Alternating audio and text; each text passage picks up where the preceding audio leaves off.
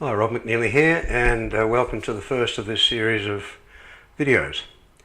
I wanted to make some comments today about learning and how crucial it is in our work and for our personal experience and effectiveness and personal well-being. Erickson made a big emphasis on learning. He said, all of our lives we're learning. And he also said, problems are learned limitations.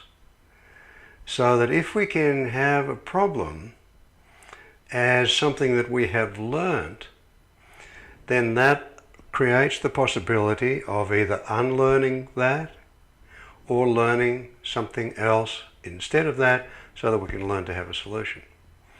So learning is a marvelous experience that gives us a lot of flexibility and a lot of possibilities and a lot of opportunities to have a different experience ourselves and to help our clients to have a preferred experience. Instead of having their problem, they can help to learn their solution. So the question that I want to have us look at together is, how do you learn? And if we look at our own individual learning, we all learn in our own way. Some people learn a series of steps and they kind of map it out, and then they practice it, and then after a while it becomes built in, and it just becomes something that's second nature. Other people like to read something, and when they read it, they understand it, and they have a sense of it, then they can start to generate some actions from it.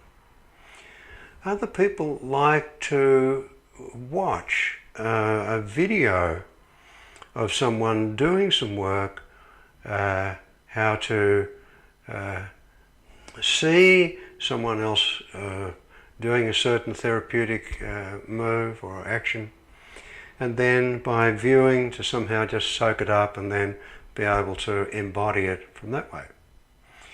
So the question is, how do you like to learn? And however it is that you like to learn, please leave a comment so that we can all start to see the different ways that we learn, and to then explore the way we can make best use of that. Now obviously this applies not only to us but to our clients. And the beautiful opportunities that comes from learning, someone comes with a problem and they don't necessarily think, oh, I've learnt this. They think that they've just got it.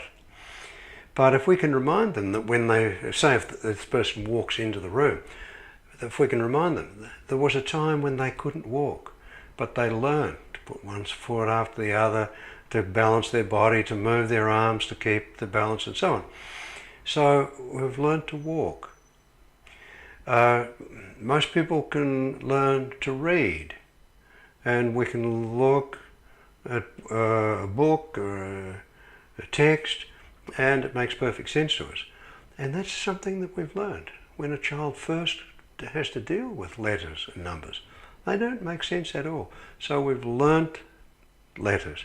We've learnt to read, we've learnt to write, we've learnt to walk, we've learnt to crawl. There are a whole lot of things that we've learnt to do that once we realise that we have already learnt so much, then learning something else becomes relatively more accessible. My wife and I were decided to learn Spanish a few years ago. We didn't follow through with it, but we came across a wonderful teacher, Michelle Thomas, who said that every word in English that ends in T-I-O-N is correspondingly very similar in Spanish, except in C-I-O-N. So attention in English becomes attención in Spanish. My pronunciation is probably not accurate, but do you get the point? The T-I-O-N becomes C-I-O-N. So he said, now with that, we have learnt 10,000 Spanish words. So there are some ways of learning that aren't necessarily effortful, that aren't necessarily involving struggle, We've all got our own ways.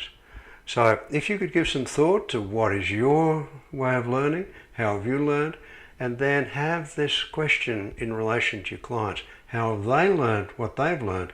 That'll give us a clue about how to help them to learn something preferable and unlearn the situation that they're calling their problem.